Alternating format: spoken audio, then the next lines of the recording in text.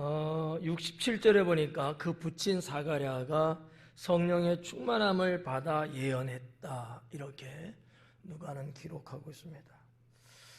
뭐 별거 아닌 것 같은 짤막한 한 절이지만 여기에도 하나님의 어떠한 의도하심이나 또 쓰임받은 누가의 뭐라고 할까, 그 기록된 어떠한 뜻이 있다라고 저는 느껴집니다.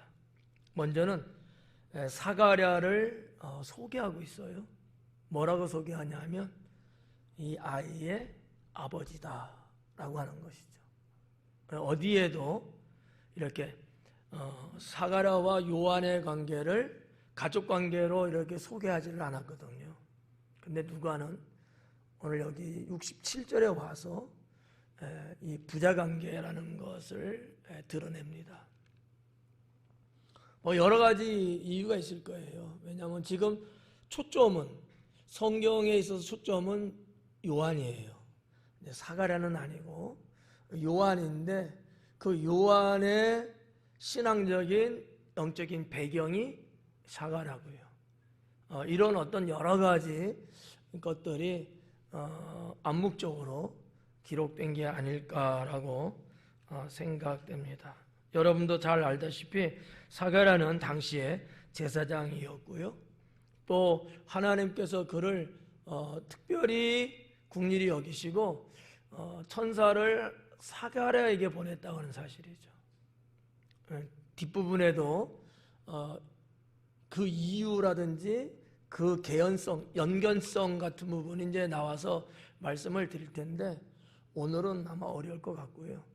아무튼 사가랴는 요한의 아버지다, 이렇게 소개를 하고 있습니다. 아주 단순한 그냥 가족 소개라고 보기에는 조금 그렇지 않느냐, 이렇게 볼 수 있고요.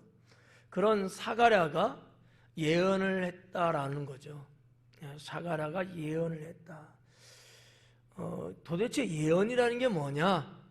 그냥 이렇게 구두점을 찍듯이 한번 툭 찍고 한번 가본다면은, 예언은 뭐 다른 어떠한 종교 세계에서도 뭐 예언이란 말 쓰긴 할 거예요. 심지어는 샤머니즘에도 이러한 그 의미의 단어들을 사용을 하거든요. 이제 성경에서 말하는 그 예언이 뭐냐? 이거는 하나님께서 하나님의 뜻을 미리 알게 해서, 미리 어떠한 거를, 언어를 이렇게 말을 해서 그 하나님이 이루시고자 하는, 하나님이 뭔가 계획해서 이루고자 하는 것을 알게 하는, 그게 이제 예언이에요. 그러니까 그냥 누가 뭐 훌륭한 사람이 말했다, 이게 예언이다, 그게 아니라는 거죠. 예언이라는 것은 우리가 이제 요즘 뭐 보편적으로 사회적으로도 누가 무슨 말해갖고 뭐 맞춰서 야 예언했네 막 이런 말 하잖아요. 그거는 예언이 아니고 그냥 하는 얘기들이에요. 예언이라고 하는 것은 앞에 되어질 일을 미리 말하는 게 이제 문자적으로 예언인데, 이거는 상당히 종교적이라는 거죠. 누가 좀 똑똑하고 통계치가 좀 있어서 남들보다 이런 게 좀 뛰어나서 한 10년 후에는 경제가 풀릴 거야. 당신은 한 30년 살다 죽을 것 같은데 말 안 해도 죽어요. 근데 그렇다고 해서 그게 맞았다 해서 그게 예언이라고 말할 수는 없다라는 거죠. 그러니까 예언이라는 단어는 그냥 국어사전적으로는 되어질 앞일에 대해서 이야기하는 게 예언인데, 이거는 그렇게 사용하지 않는다는 거죠. 매우 종교적으로 사용하는 단어다라는 거죠. 그렇다고 봤을 때 하나님께서 무엇인가 뜻을 가지고 이루시고자 하는 것이 있는데 그것을 미리 알려주는 언어, 그게 이제 예언이라는 거죠. 근데 사가랴가 이제 그 부분이에요. 그럼 이 예언의 지금 대상이 뭡니까? 요한이거든요. 요한. 하나님이 요한이라는 한 생명을 들어 쓰시기 위해서 이 땅에 태어나게 했고, 거기에 대한 요한에 대한 전반적인 부분을 사가랴의 입을 통해서 예언을 하게 이제 합니다. 물론 우리가 읽은 80절까지 79절까지에 나타나고 있는 이 예언은 비단 요한에 대한 예언만은 아니에요. 예수님에 대한 예언도 있고 요한에 대한 예언도 있고 더러 일반적인 예언도 있어요.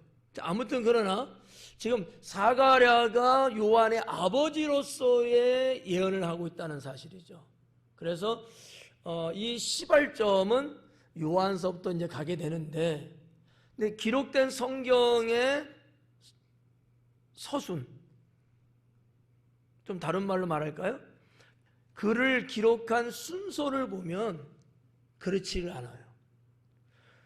요한이 태어나고 그가 어떤 사람이 되고 어떤 사역을 하고 사가랴가 요한을 들어서 하는 예언은 맞는데, 그러나 요한에 대한 예언만 있는 게 아니고 사실 요한보다 더 중요한 메시아에 대한 예언이 읽은 본문 속에 있어요.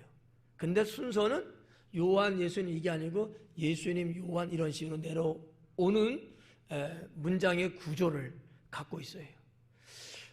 그냥 문학적으로 문장의 구조가 어떻다고 말할 수도 있겠지만, 저는 누가가 상당히 의도적으로 이 순서 배열을 그렇게 하지 않았는가. 물론 누가는 사가랴가 예언한 것을 그대로 기록을 했을 거예요.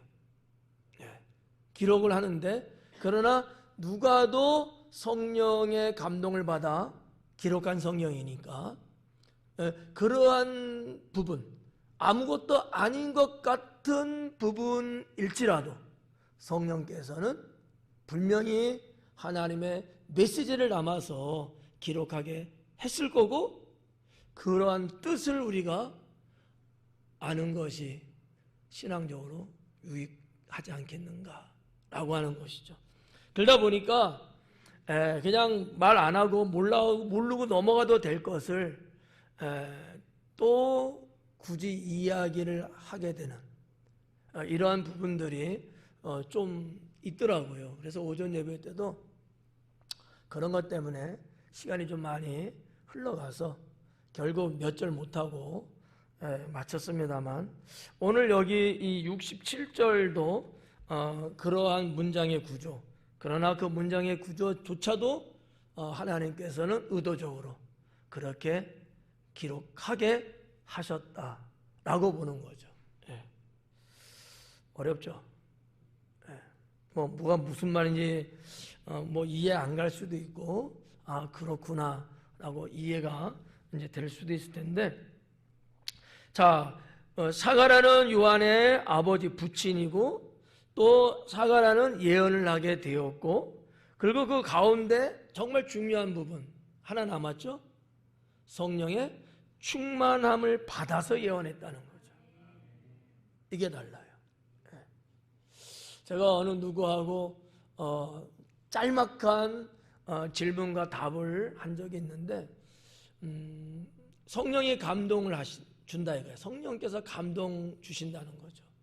이게 도대체 뭘까?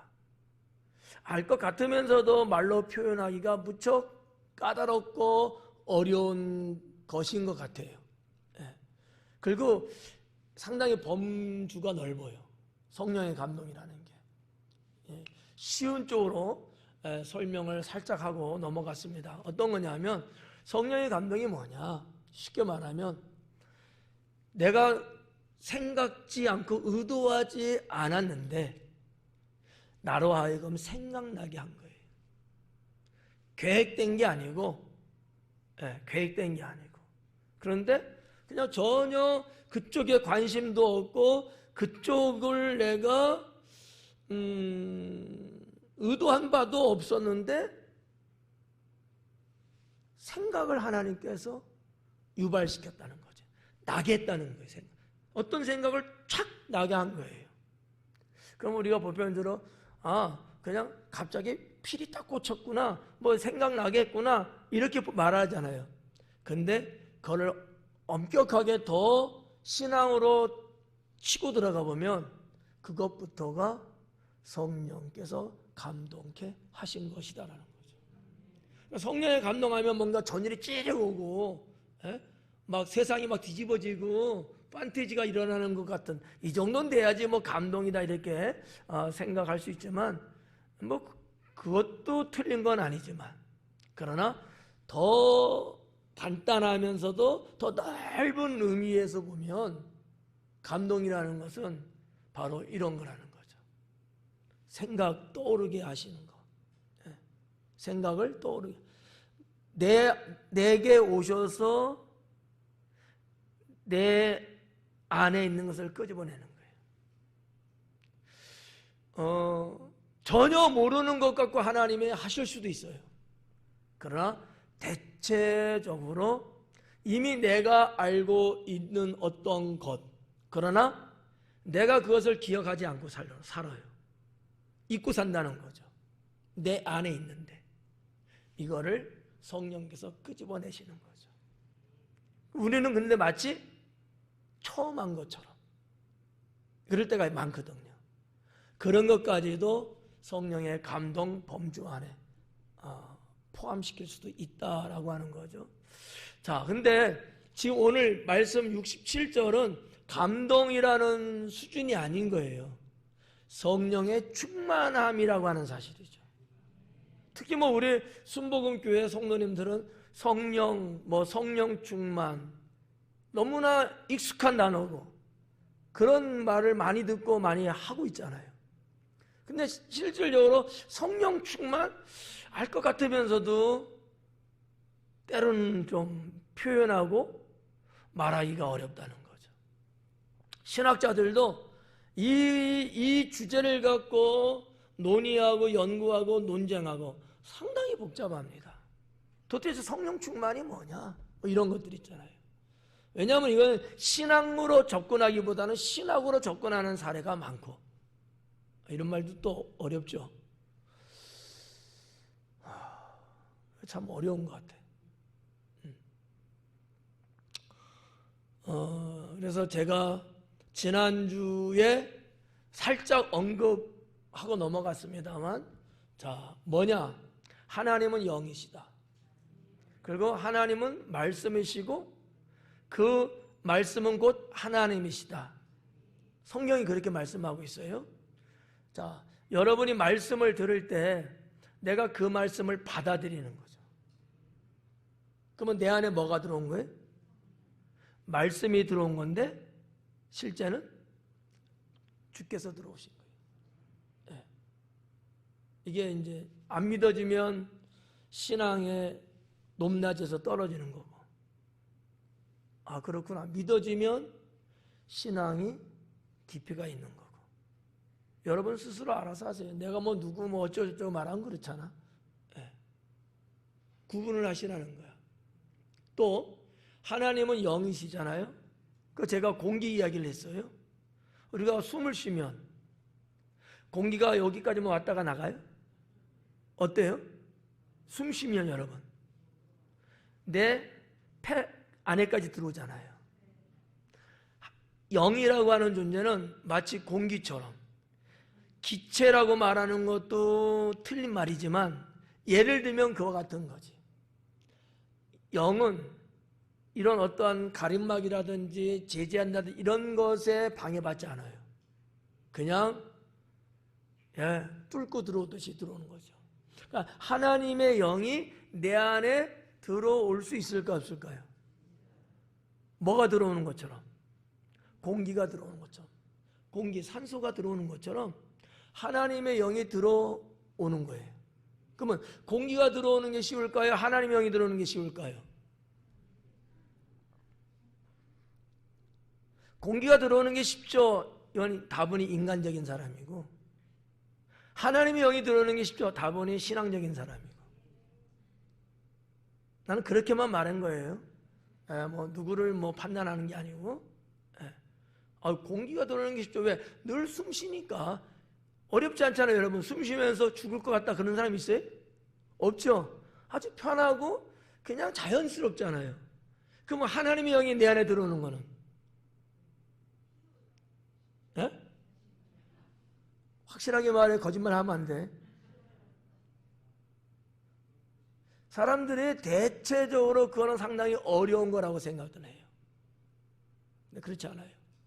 오히려 공기가 내 안에 들어오는 것보다 하나님의 영이 내 안에 들어오는 게 훨씬 쉽습니다. 왜 그런지 알아요?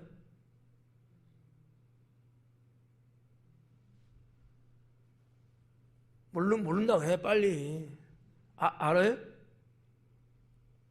공기가 들어오는 거는 자연의 순리예요. 거기에는 무슨 에너지가 운동하고 어떠한 힘, 파워에 의해서 물리적으로 들어오는 게 아니거든요. 자연적인 순환이란 말이에요. 여기까지 이해 가요? 이거 학교 다닐 때 공부한 사람만 이해할 수 있어요. 네. 그런데 하나님의 영이 내 안에 들어오는 거는 하나님의 영, 그는 성령이시고 그는 하나님이시여, 그분의 권능으로 들어온단 말이죠. 파워가 있다는 얘기예요. 네. 내가 뭐 싫다 뭐 이런 게 아니고 하나님의 주권으로, 하나님의 권능으로 내게 슉 힘을 가지고 들어오신다는 거죠. 뭐가 쉬워요? 하나님의 영이 내 안에 드는 게 훨씬 쉬워요. 그런데 그렇게 쉬운데도 하나님의 영이 없는 자들이 있다는 거죠. 네. 아마 순복음 교회이기 때문에 당연히 성령 충만 뭐 불러 이래야 되는데 가만히 나를 보면 나는 그러지는 않은 것 같아. 이러면 이제 괴리감에 빠져. 남들은 다 그렇게 말하는데 나는 성령 받지도 못한 것 같고 나는 성령 충만한 것 같지도 않고 막 이런 거예요. 제가 이 부분을 여러분하고 지금 대화를 하면서 직접적으로 언급하면 여러분은 대답할 사람이 거의 없을 거예요. 못할 거야 아마. 어렵게 끌고 가면. 예. 근데 어렵게 끌고 가면 모르잖아. 쉽게 말하면 방금 말씀드린 거와 같은 거예요. 예. 나에 의해서 성령이 내 안에 들어와요? 아니면 하나님에 의해서 성령이 들어와요? 그렇죠. 그러나 때로는 내가 구하고 원하면, 또 하나는 내가 하나님께 쓰임받기 합당하면 하나님의 성령은 내 안에 들어오신다는 거죠. 사가랴 같은 케이스가 지금 두 번째 케이스예요. 하나님이 원해서 하나님에 의해서 성령이 그에게 임한 거예요. 네. 근데 표현을 뭐라 그랬어요? 충만하다 그랬어요. 충만하다. 충만하다는 것은 물리적인 단어예요. 왜냐하면 세츄레이션이라고 하는 물리학적인 용어인데 이게 용기 안에 있는 물이 바깥에서 불을 떼면 어떻게 돼요? 끌어 넘치잖아요. 이 개념이거든. 예. 넘쳐 흐른다는 거예요. 넘쳐서 흐른다. 이게 충만이거든. 예. 그런데 성경적으로 볼 때 우리 지금 읽고 있는 이 내용적으로 볼 때는 그 개념보다는 하나님의 영이, 성령이 사가랴 심령 안에 들어와서 이게 넘쳤다 이런 개념보다는 여기서 성령의 충만함을 받았다는 건 그게 아니고 하나님의 성령이 사가랴에게 미치는 영향이 상당히 강렬했다. 어느 약간의 부분, 소량의 부분, 슬쩍 터치하는 정도의 성령의 역사가 아니라 사가랴가 감당할 수 없을 만큼 엄청난 주님의 능력으로 그의 심령 안에 그리고 그의 전 인격적인 부분들을 휘감았다. 이렇게 본다는 거죠. 제가 말씀드린 이 속에는 신학적인 것과 신앙적인 것 두 가지를 다 지금 섞어서 여러분께 조금 더 쉬운 방법으로 설명해 드린 거예요. 그러니까 자 67절을 다시 돌아가서 보면 자 그의 부친 사가랴가 성령의 충만함을 받아서 예언했다는 거예요. 그러면 사가랴의 예언은 자기의 의지적인 예언일까요? 아니면 성령께서 하게 한 것에 대한 예언일까요? 그렇죠. 후자죠. 그러면 이 사가랴의 예언은 곧 하나님에 의한 거다. 이렇게 보는 게 이제 결론이죠. 예. 자, 그럼 우리가 우리의 삶 속에 우리 신앙에 한번 적용을 한번 해보자고요. 사가랴는 직분이 제사장입니다. 그리고 이는 하나님께서 쓰시려고 택하셨어요. 그리고 감당할 수 있게끔 성령의 충만함을 부으셨어요. 자, 이런 일련의 과정들처럼 오늘 우리들도 성령의 충만함을 입으며 살아야 된다. 왜냐? 그래야지만이 세상을 살아가는데 내 의지나 내 생각 방법으로 살지 않고 하나님의 주권적 능력이나 하나님의 선하신 뜻을 따라서 내가 살아갈 수 있게 되거든요. 이해가죠? 네. 사가랴만 그런 사람이 아니고 오늘날 우리도 얼마든지 그럴 수 있다. 문제는 사가랴의 삶은 경건했다는 거죠. 어때요? 여러분들도 경건하시죠? 계산하면 틀린 거야. 하나님은 성령의 충만함으로 입히시고 하나님의 뜻을 이루기 위해서 누군가를 들어 예언하게 하시는데 아무나 하나님은 안 한다 라는 거예요. 오전 예배 때는 이 결론을 좀 더 가서 제가 말씀드렸어요. 근데 지금 저녁 예배는 좀 더 일찍 여러분에게 이 부분을 말씀해 드리는 거예요. 하나님은 거룩한 자, 구별된 자, 경건하게 사는 자를 선택을 하시고, 네. 그리고 하나님의 이런 거룩한 사역을 할 수 있는 사람으로 쓰십니다.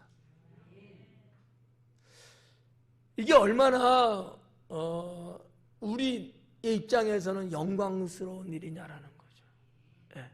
사가랴가 제사장이에요. 제사장으로서의 자기의 주어진 임무, 그 역할은 충실히 하는 사람이에요.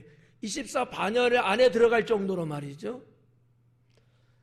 우리의 삶 속에서도 우리는 이렇게 살아야 됩니다. 송구한 얘기지만 우리 다 같이 하나님을 믿고 있는 건 맞지만 하나님 앞에 우리의 존재가 다 동일하지는 않아요. 하나님 보실 때에 내 삶, 내 영혼의 가치가 다 똑같지 않다는 거예요. 근데 이 부분을 업그레이드 시켜야 되지 않겠어요? 어떠세요, 여러분? 내 영혼의 가치, 내 삶의 어떤 의미, 뭐 이런 것들을 그냥 늘 그냥 한평생 그냥 이 정도면 되지, 그게 낫겠어요? 아니면은 늘 업그레이드를 시키는 게 좋겠어요? 그렇죠. 그거는 나의 몫이다. 하나님 앞에 내가 어떻게 살아가느냐, 살아가는데 내가 어떻게 업그레이드를 하면서 주어진 세월을 살아가고 있느냐에 따라서 내게 임하시고 내게 임재하시는 성령님의 충만이라는 정도가 다르다라는 거죠. 67절에서는 이 정도만 말씀을 드릴게요. 저는 목사입니다. 그리고 여러분을 가르칩니다. 그런 입장에서 말씀을 드리면 저는 우리 성도님들 모두가 다 성령의 충만함이 있는 신앙의 삶을 살기를 소망합니다. 그냥 하나님 나라 또는 교회의 이름만 입적시킨 거로 만족하면 안 된다는 거죠.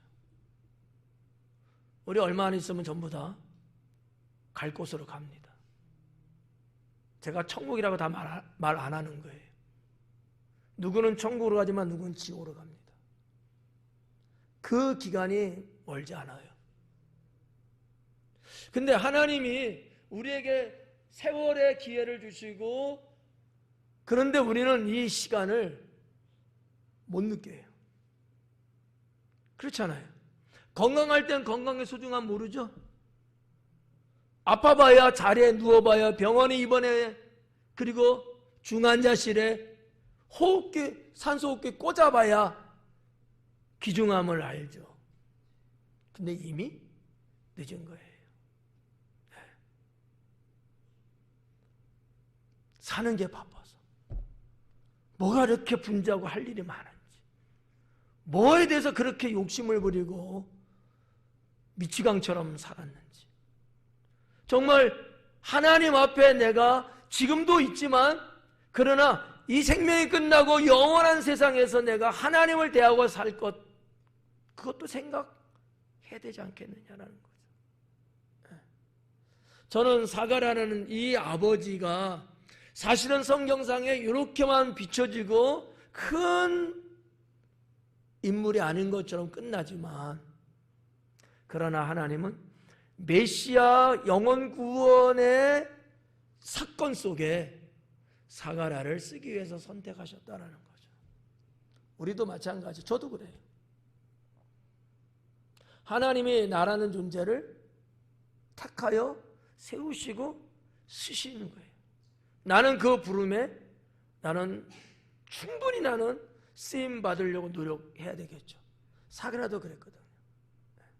그래서 우리 모두는 하나님을 믿는 신앙의 삶을 살아갈 때 그냥 허접하게, 그냥 별별 없이, 그냥 하나님과 특별한 관계성 없이 살면 안 된다라는 말씀을 67절 결론으로 말씀을 드리고 싶어요.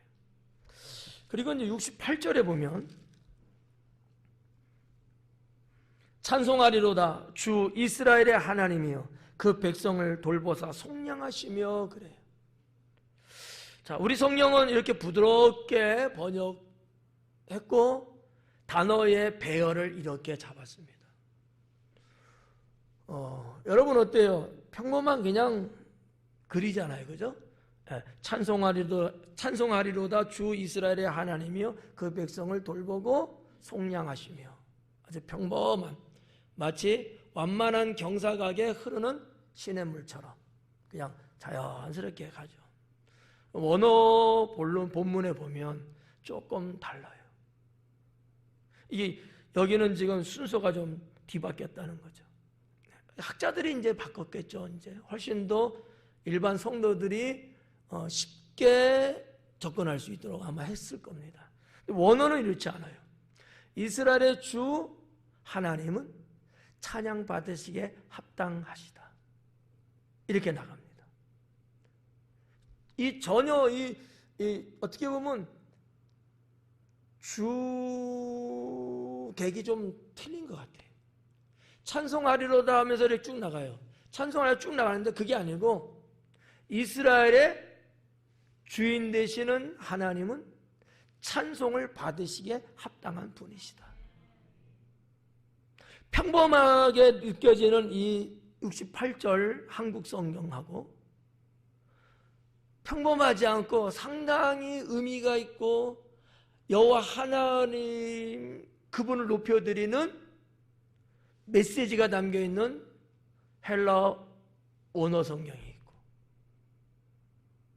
근데 뭐 굳이 제가 또 이런 것까지 뭐 해줄 필요는 없는데,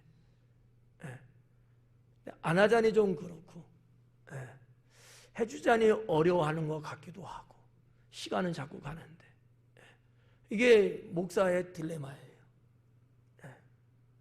누가 물어봤어? 여러분 그러잖아요. 목사님 궁금하지도 않아 그거. 그럴 거예요. 그렇지만 이 68절 안에도 신앙의 본질이 뭐고 나와 하나님의 관계는 어떠한가라는 등등의 것들이 이 한 절 속에 상당히 묻혀져 있지 않느냐, 저는 그렇게 보는 거죠. 길게는 안 할게요. 봐봐요. 이스라엘의 주가 되시는 하나님, 찬송 받으시게 합당하신 분이다. 누가 주어가 됐어요? 누가 중요한 포인트가 된 거예요? 하나님이.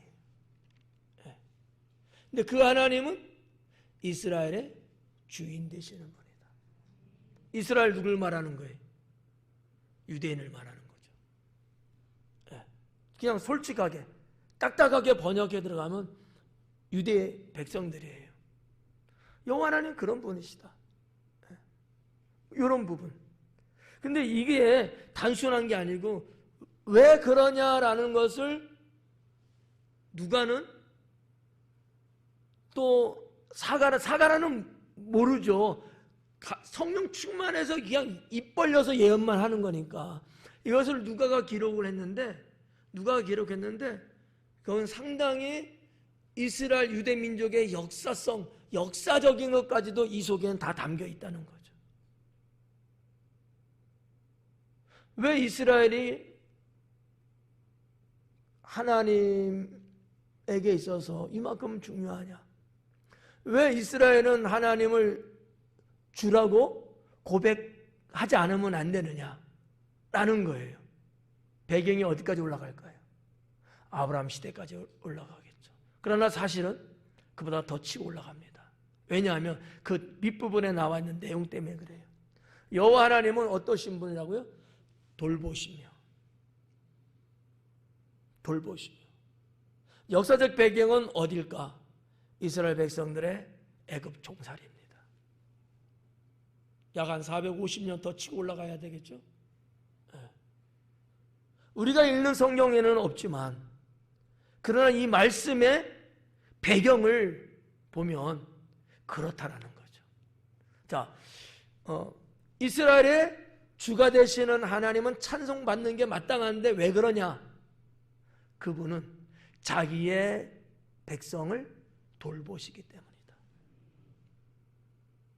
뭐가 생각이 나요? 누구와 누구의 관계? 목자와 양의 관계. 목자는 하염없이 자기의 양무리들을 돌보죠. 여호와 하나님은 또 예수님은 우리의 영원한 목자가 되시고 우리는 그분의 양이라고 성경이 기록하지 않습니까? 근데 여기서 볼 때 이 돌봤다라는 이 단어가 그냥 어떤 형태적인 것만 말하는 게 아니고 실제적으로 아주 세세히 자세히 돌아봤다고 하는 의미가 있다라는 얘기죠. 자, 여러분 어떻게 하우스 집들 좋아하죠?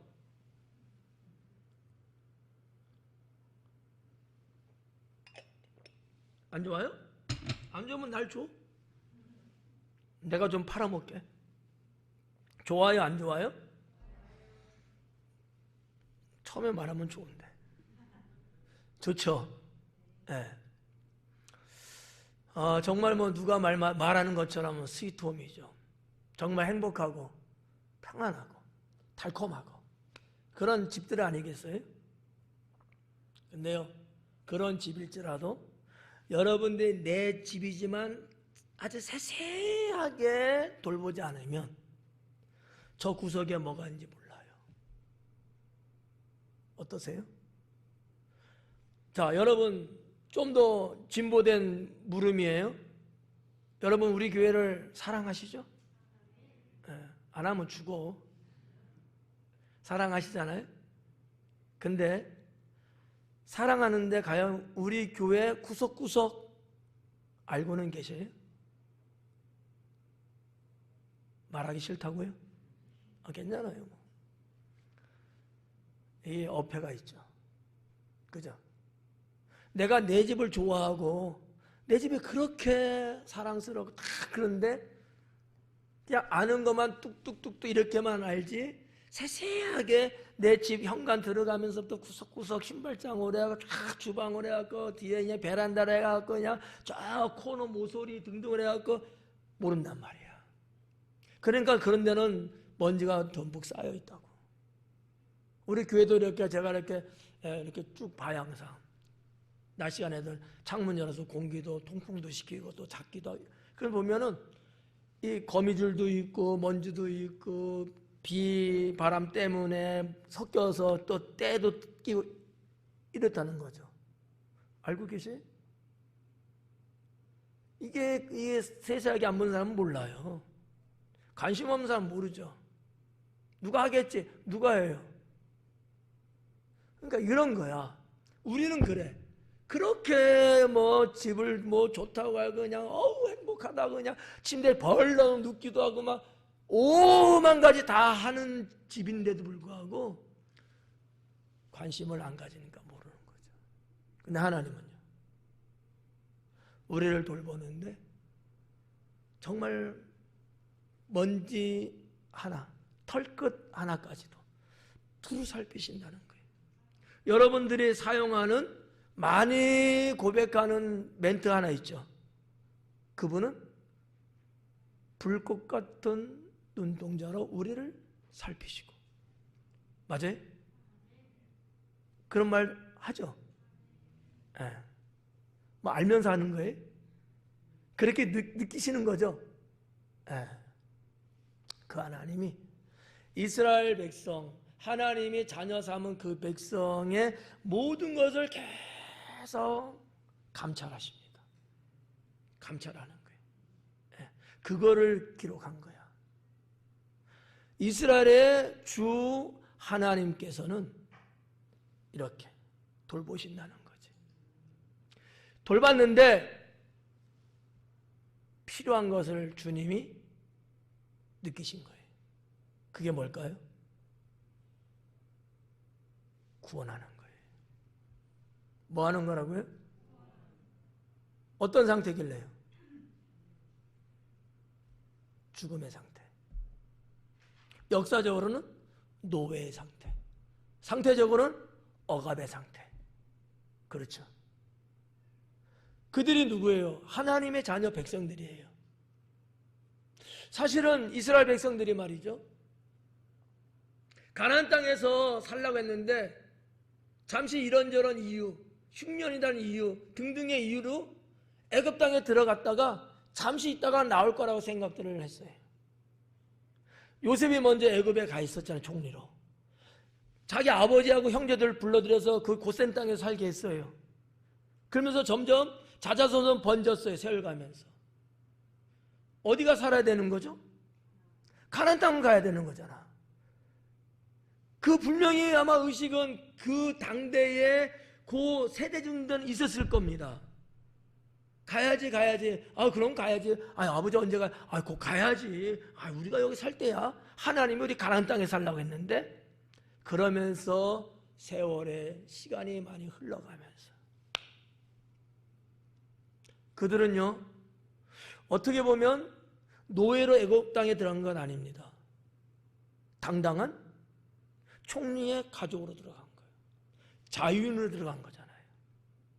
그런데 그들의 삶은 어떻게 됐어요? 노예가 됐어요. 노예가. 하나님이 이들을 늘 살피시는 가운데 이들에게 정말 필요한 게 뭘까? 속량, 구원이었던 거예요. 그게 68절입니다. 어렵나요?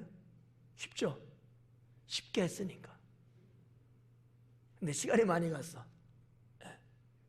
그러니까 그냥 성경 읽으면 아무것도 느낄 수 없고, 물론 어떤 분들은 나름대로 좀 그런 부분들을 알 수 있죠. 근데 제가 조금 더 살을 붙여서 성경과 역사적인 부분들을 설명해 드린 거예요. 다시 한번 봐. 68절에 이스라엘의 주가 되시는 하나님은 찬송받으시기에 마땅하시다. 그는 자기 백성을, 우리 성경에는 다 번역이 안 돼 있는 거예요. 헬라어에는 다 있지만 그는 자기 백성을 돌보고 속량하셨다라는 거죠. 구원했다는 거예요. 배경적인 거예요. 그러니까 예언을 하는데 이런 하나님의 역사, 하나님의 사랑하심, 그분의 일들을 이렇게 소개를 하면서 메시아에 대한 말씀으로 넘어갑니다. 그렇다고 보면 잘 들어야 돼요.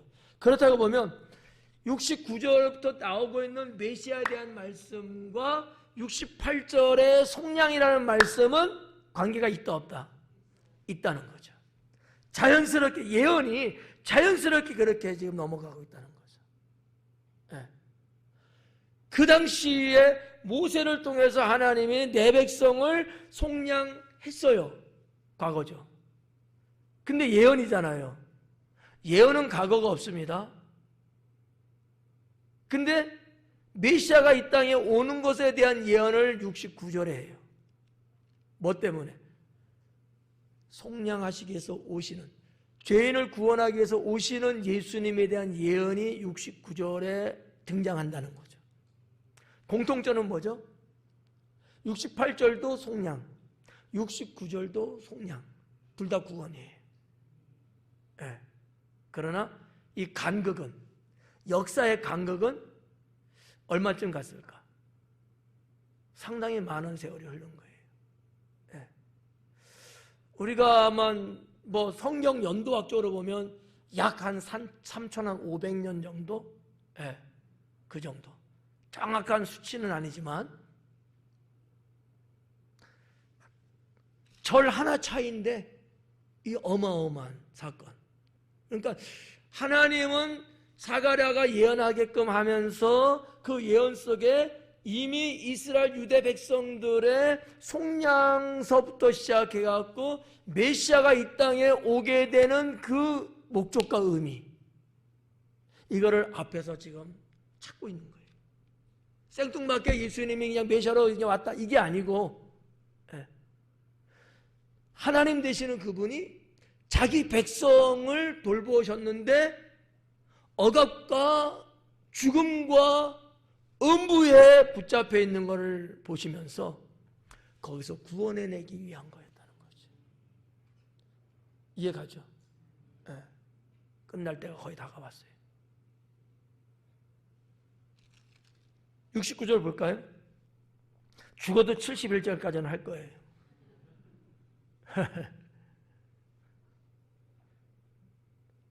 자, 69절에 우리를 위하여, 단도직입적으로 말하죠. 이제는 우리를 위하여. 우리가 누구예요?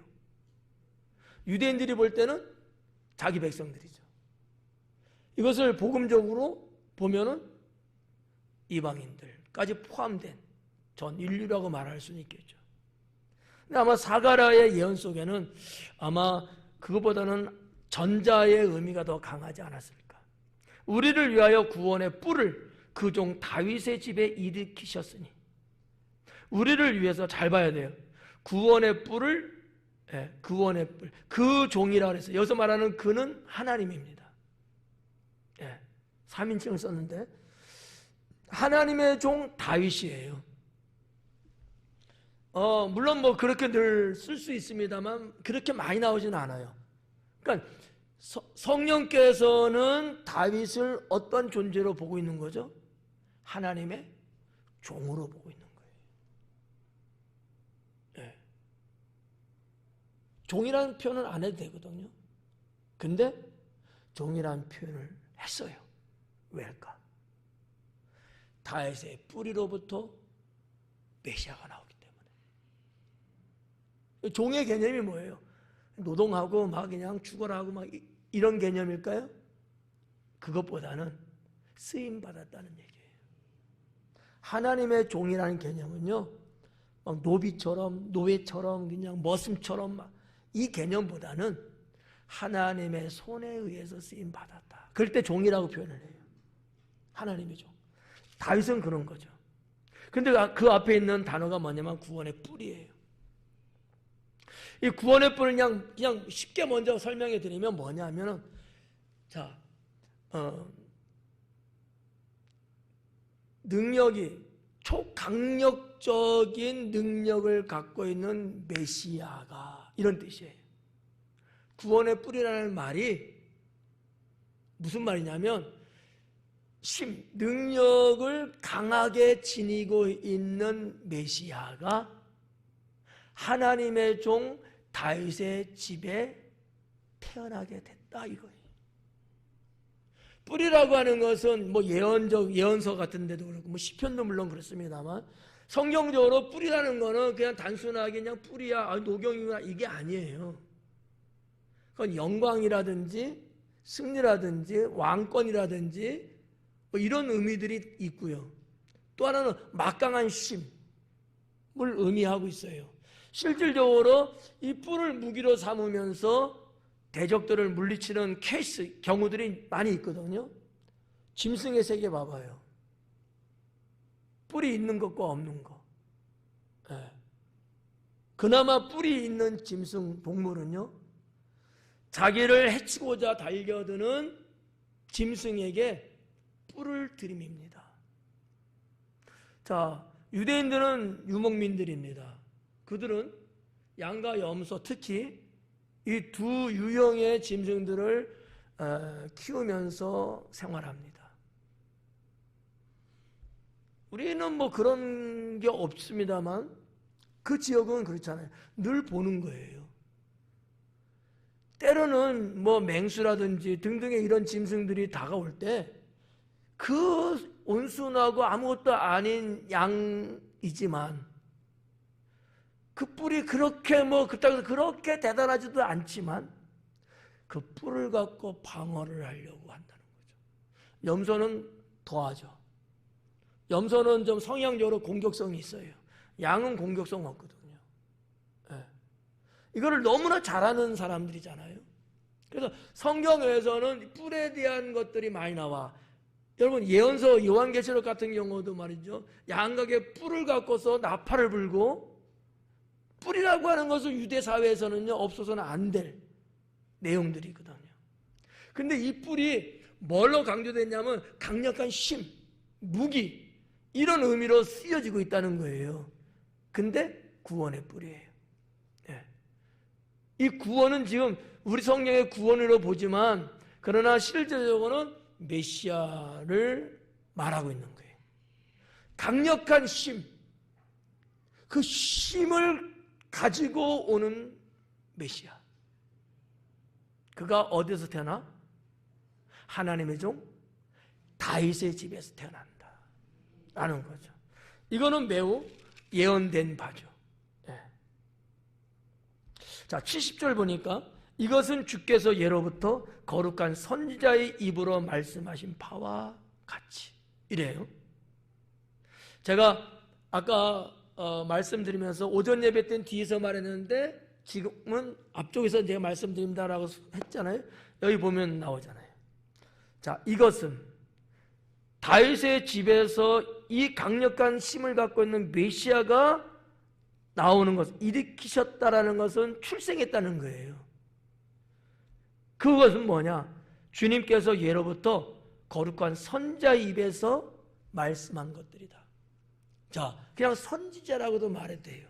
왜? 보편적으로 선지자는 하나님의 선지자고요. 나름대로 그들은 자기에게 주어진 직분 때문에 정말 거룩하고 경건하게 사는 사람들이에요. 그럼에도 불구하고 누가는 선지자 앞에 수식을 했어요. 거룩한 선지자. 어떻게 보면 지금 우리가 읽고 있는 본문의 80절까지의 내용상에 있어서 중요한 주제어 중에 하나가 뭐냐? 거룩이라는 거죠. 메시아 그분도 거룩, 그분을 보내신 하나님도 거룩, 쓰임받는 주의 종들도 거룩. 하나가 또 있는데 뭘까요? 구원 받게 되는 자녀들도 거룩. 거룩의 연속성이에요. 그래서 제가 이 성경을 좀 살펴보고 강해를 준비한 부분은 그거죠. 왜 누가는 거룩한 선지자라고 했을까? 성경 여러분이 어디를 봐도 선지자를 단어를 쓰면서 거룩하다는 수식어를 붙인 경우가 없거든요. 유독 그랬다는 거죠. 누가는 직업이 의사이기 때문에 상당히 세밀합니다. 자상하다는 표현들 쓸 수 있지만 아주 세밀해요. 일반 사람하고는 다르다는 거죠. 그렇잖아요. 그런 누가를 성령께서 저자로 쓰시면서 이러한 언어를 작성하게 한 데는 뭔가 의미가 있지 않을까. 저는 그것을 거룩의 연속성이라고 보는 거죠. 저만 그러는 거예요. 어디 가서 뭐 다 그렇다 이러지 마요. 괜히 이상하게 들리니까. 우리는 그렇게 가자라는 거지. 거룩의 연속성. 성령이 뭐라 했어요? 여호와 하나님께서 내가 거룩하니 너희도 거룩할지어다. 주님께서도 그런 말씀하셨거든요. 하나님은 거룩하시니 나도 그렇고 너희도 거룩하라. 이 거룩의 연속성이에요. 죄인을 구원하기 위해서 이 땅에 오신 그 메시아 예수님, 거룩하신 분이죠. 죄가 없으신 분이고요. 그럼에도 불구하고 죄인의 모든 죄를 다 짊어지시고 죄인의 모습으로 죽으셨거든요. 예수님은 의인의 모습으로 죽지 않았습니다. 이게 이제 신학적으로 어떤 사람이 헷갈려 해요. 신학적으로 보면 예수님이 십자가에서 죽으신 모습은 죄인의 모습이에요. 의인으로 죽은 거 아니에요. 의인이신 그분이지만 우리의 모든 죄를 다 담당하시고 죄인으로서 죽으신 거예요. 그래야지만이 내 죄가 세이브 해결되는 거거든요. 네. 근데 그분이 어떤 분이라고요? 거룩하신 분이라는 거죠. 네. 이것은 주께서 예로부터 거룩한 선자의 입으로 말씀하신 바와 같다. 그러니까 구약의 선자를 통해서 계속해서 하나님은 메시아를 통한 구원을 예언해 놨다는 거죠. 그리고 여기에 누구를 끌어들이느냐? 오늘은 다루지 못해요. 다음 주에나 가야 될 것 같아. 근데 오늘 본문 성경 보니까 아브라함이 거기에 소개되고, 소개는 안 되고 있지만 다윗이 또 소개되고.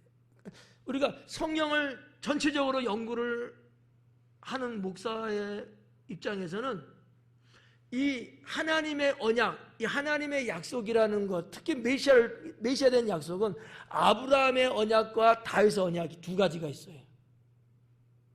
상당히 중요한 언약을 말하는 거거든요. 이렇게 가면 이제 신학적으로 제가 설명을 해드려야 돼서 제가 포기를 하는 거예요. 그냥 어려울 수 있으니까. 아무튼 그 내용이 여기 본문에 슬쩍 소개되고 있어요. 71절에 우리 원수에게와 우리를 미워하는 모든 자의 손에서 구원하시는 일이라. 자, 중요한 단어가 뭐예요? 구원하시는 일이래요. 그죠? 누가? 기록한 누가를 말하는 게 아니고 누구냐고. 하나님이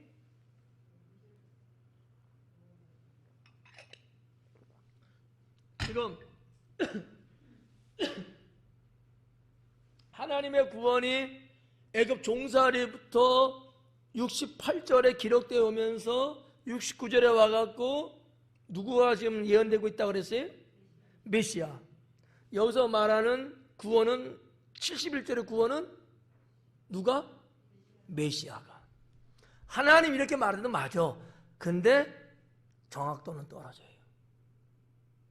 하나님은 죄인을 구원하기 위한 그림을 그렸어요. 마스터 플래너야.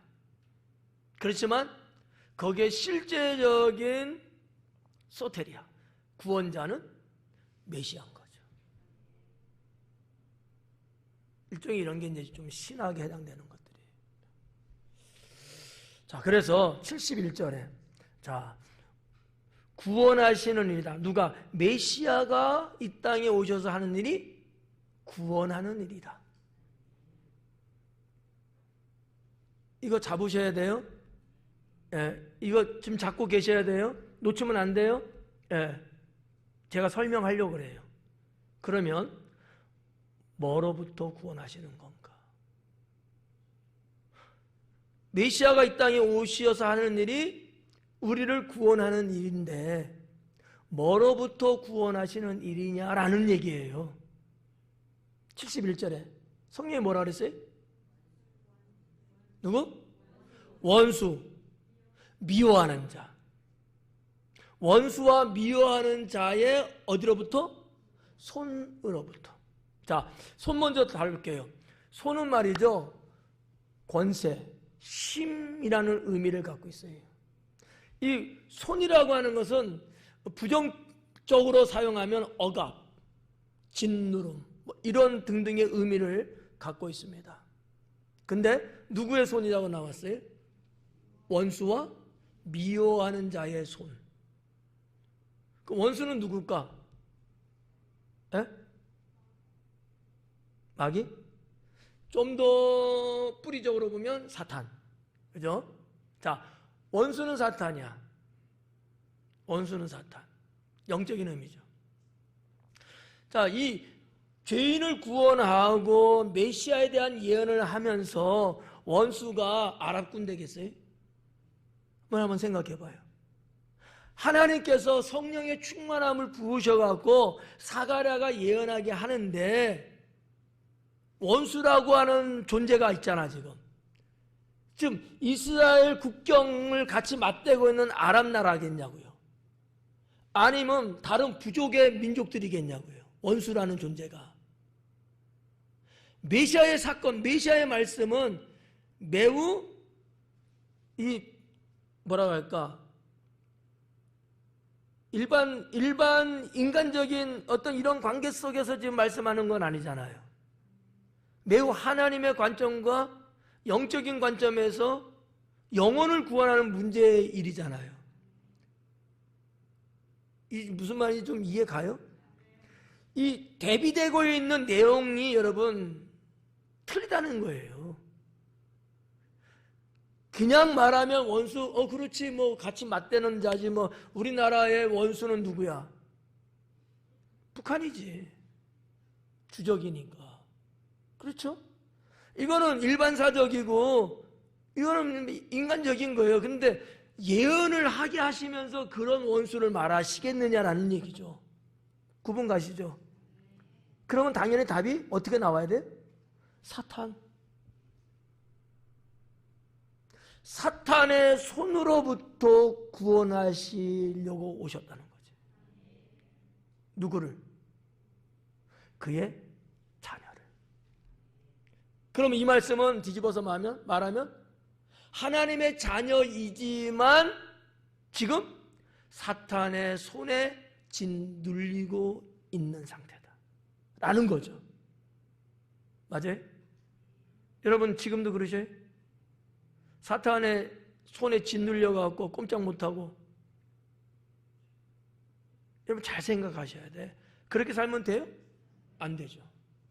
근데 그렇게 살아가고 있는 거야. 하나님 자녀라고 말은 하는데 실제적으로는 그렇게 살고 있다는 얘기예요. 이거를 긍휼히 여기시는 주께서. 나중에 다음 주 정도 언급하겠습니다만 긍휼히 여기는 이런 주님의 마음과 아울러 나오는 게 뭐냐면 자비하심이거든요. 원어에는 자비하심으로 나오는데, 그거는 이제 또 하면 또 시간이 많이 가니까 이 부분을 여러분이 잘 캐치하셔야 돼요. 제가 그러면 바꿔서 한번 읽어볼게요. 우리 원수인 사탄이죠. 사탄과 우리를 미워하는 모든 자들. 그러면 이 미워하는 모든 자는 사탄 아닌 거죠. 그럼 누구겠어요? 사탄 추종자들, 사탄의 하수인들, 하나님을 대적하는 자들, 믿음의 백성을 핍박하는 자들, 세상 죄인들이죠. 그들이 미워하는 자들이에요. 그러니까 하나님은 하나님의 자녀를 지키시려고 막강한 능력을 가지신 예수님이 이 땅에 오신 거예요. 그리고 그 억압, 짓눌림, 죽음 등등의 이와 같은 거로부터 구원하시기 위해서 예수님이 이 땅에 오셨다는 사실이죠. 자, 여러분은 그러한 거로부터 구원 받았습니까? 앞으로 받을 계획이 있으십니까? 그러면 어떻게 사셔야 돼요? 당당하게, 좀 당당하게, 좀 하나님 자녀, 구원받은 백성답게 우리는 살아가야 된다. 저는 그렇게 믿어요. 우리 찌질하게 살면 안 돼요. 지금도 초능력의 권능을 지니신 주께서 여러분과 함께 계시잖아요. 그 하나님의 영이 여러분 어디에? 심령에 내주하시잖아요. 그런데 찌질하게 살아요? 근데 비겁하게 살아요? 근데 그렇게 못나게 사냐고. 이게 뭔가 틀린 거야. 잘못된 거야. 정말 멋있고 대단하고 훌륭하고 자랑스럽게 살아야 된다는 거지. 하나님을 믿으면서 우리가 하나님 믿는 믿음의 모습을 지니고 가잖아요. 지금도 누가 여러분을 볼 때에도 와 멋져 이 말이 나와야 돼. 아유 저 찌질이 저거 인간도 아니고 저거 사람도 안 되고 이런 말 들으면 되죠? 아니에요. 여러분이 어디를 가든 누구를 만나든 뭐를 하든 간에 이렇게 미워하는 자들과 또 여러분을 죽이려고 하는 사탄의 권세가 아무리 강하다 할지라도 거기에 주눅든다거나 눌려 살아면 안 된다. 그러려면 뭐가 필요할까? 주의 성령의 충만하심이 늘 숨쉬듯이 내 안에 임재하셔야 돼요. 71절 여기까지. 벌써 10분, 40분 됐어요. 자, 오늘은 71절까지 이렇게 하고요. 72절부터 80절까지는 잘하면 끝내고 아니면 2주에 나눠서 하도록 그렇게 하겠습니다. 왜냐하면 다룰 내용들이 좀 돼요. 그래서 하여튼 우리 성도님들이 하나님을 믿어가는데 저는 여러분의 목사로서 그래요. 좀 당당하게 살면 좋겠다. 네. 누가 봐도 야 역시 하나님 믿는 사람이구나. 역시 교회 다니는 사람이구나. 네. 감히 누가 깜보지 못할 정도로 뭐가 되든지 생김새를 보든지 가지고 있는 걸 보든지 씀씀이를 보든지 하여튼 뭐가 되든지 좀 그랬으면 좋겠고요. 특히나 신앙적인 영적인 측면에서는 사탄과 또 그의 추종, 그의 하수인 등등의 이와 같은 이들이 어떠한 권력을 가지고 여러분에게 도전한다 할지라도 여러분은 성령 충만함의 권능을 갖고 반드시 이기는 그러한 성도가 되기를 축원합니다. 기도하겠습니다.